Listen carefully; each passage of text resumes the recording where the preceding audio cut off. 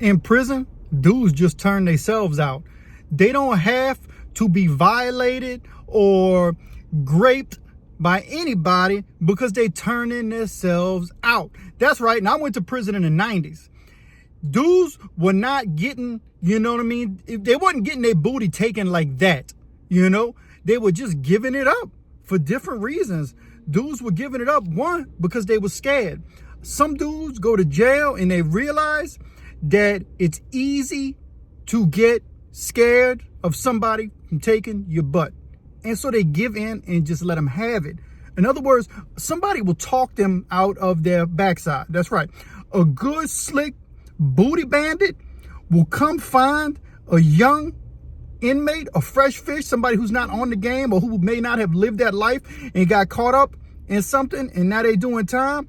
And it's like they got fish shark radar. Like when blood's in the water, when fresh fish is in the water, the booty bandits know it, and they make their move. They don't wait till the lights out like on the movies and sneak in their bunk and put a shank on their neck and take it from them. Nah, it really ain't like that. Now, does that happen? Yes, sure. Look, in the South, in Louisiana, they'll take it from you. Look, I was on compounds where, you know, a dude got taken, dudes got their booty taken from them, like taken, you know, by multiple people taking it. But that's not the normal way that it happens. Now, when I went to prison in the 90s, the old convicts who had did time in Angola, and they said even DeQuincy and Hunt was off the hook. Some of the older prisons that were in the state of Louisiana back in the 60s and 70s and the 70s and 80s, they said it was off the hook, and dudes were really getting it taken from them. You go into, you know, certain places. You couldn't even go down to walk in some of these jails back in the 70s and the 80s with a bag of soups and zuzus. They were going to take your zuzus, your soups, and your booty on the walk. It was wild. Dudes were saying it was wild. You had to keep your knife on you at all times to be able to do it. But I seen dudes, when I was in the 90s, dudes would come in as a man, and they were either A, weak in their mind, or B, scared to fight. And sometimes there's a third reason, right? They weak in their mind, scared to fight, or 3, they just want to. They want to see what it's like. They want to experiment. So they turn themselves out and they become a punk. Now, do you have to be a punk? No, you ain't got to be no punk. But the reality is sometimes the pressure of life gets to these guys and they give in and they become punks. So that's just the reality. Dudes are turning themselves out.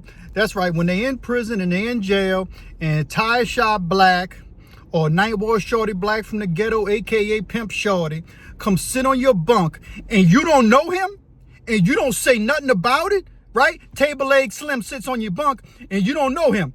He just comes to introduce himself and he's chopping it up, buddy, and he hands you a Snicker bar and you take that Snicker bar and you eat that Snickers bar. Now what you gonna do, huh? When my man comes back, right? When Table Leg Slim comes back and he says, "Hey, bro, where my Snickers bars at?" And you gonna be like, "I ain't. What you mean where your Snicker bars at?" See, you thought he was cool with you. He was chopping it up. Y'all were buddy and friends, right? He said he had your back and all that. You know, 2 weeks later, he got these urges and he wants his Snickers bar. And you gonna say, I ate that Snickers bar. You gonna be like, "But I'm good. I got another one in my locker." He gonna be like, "I don't want the one in your locker. I want that Snicker bar you ate." And you can be like, "What that means, man? How can I give you the Snicker bar?" That means that Table Leg Slim is trying to get something from you that you don't want to give him. Now you got to give it to him, right? Because now he wants that Snicker bar. Either that or you got to strap up, and you're going to have to get the thing, and you're going to have to get busy. You're going to have to get to work. If you don't get to work, then you are going to be in trouble because he's going to violate you. And if you get violated, that's it. You're just going to be a punk. And you're not, now wait. Now he could grape you and you just weak and you just got beat by 2 or 3 dudes. That can happen. That don't make you no punk.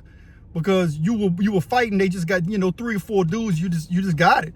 That happens to people in real life. That don't make you no punk. But if you lay back and give it to him because you scared to fight and he wanted that Snicker bar, you could say, you know what? Look, I know a dude, right, who was in jail, and a little young dude, it happened to him. He was a little savage, right?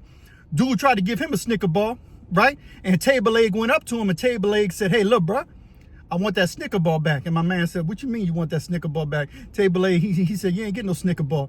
And then and Table A said, oh, you gonna give it to me? He said, yeah, I'm gonna give it to you. And he gave Table A that Snicker bar in blood. That's right. He got busy, went to jugging him, right? So you could do that. You could get busy, or you could just give it up. And I'm saying all this to say this, that prison is not a place that you want to go, because these are the mental and physical and emotional games that will take a toll on you if you're not built for this, or if you're not going to try to adapt, right? You got to adapt to your environment. And you might not be about that life, but you need to be about that life so you can live it and get out. Yeah, keep your head down, stay out of business. But if somebody comes sit on your bunk and you don't know them from nobody, man, you should probably fight right there. You know what I mean? If in your mind, your emotions say something's wrong here, something's off, then probably something is wrong and something's off. You don't need to be friendly, Bob, with everybody. You need to tell them, get off your bunk, or you just need to sneak them and start fighting right there on the spot. And if you handle your business, you know, you're going to get respect. And the right people who are your people, they're going to stand out and stand up for you. But don't be the person who gets talked out their booty, because that's the main thing. Dudes are getting talked out their booty. In prison, mental games is the #1 strategy that people use. That's right. You have to be strong mentally. You got to know how to play psychological warfare, because some of these dudes been sitting in prison since the 70s, right? When I went in the 90s, they've been in there since the late 60s and the 70s, and they ain't been out. And we in the mid 90s, right? They've been in prison. So their psychological warfare is up. Their physical warfare is up, because they were in Louisiana prisons in the 70s and 80s. You know what I mean? When it was savage. You know, Angola at one point was known as the most bloodiest prison in the world, in the country for sure, you know, and it was a savage place. And so Louisiana in general had savage prisons. You know, it was going down in all of them. And the per capita, Louisiana was locking up more people than anywhere on earth. That much on earth.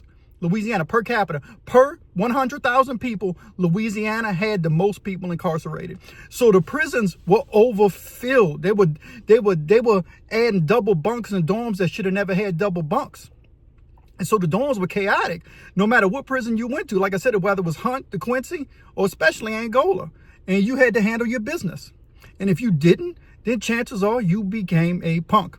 Now, if you didn't have to physically fight for it, then, like I said, that psychological warfare, these convicts, right, who had been doing the time since the 60s and 70s and 80s, they were coming to these younger dudes and clean talking them out of their manhood.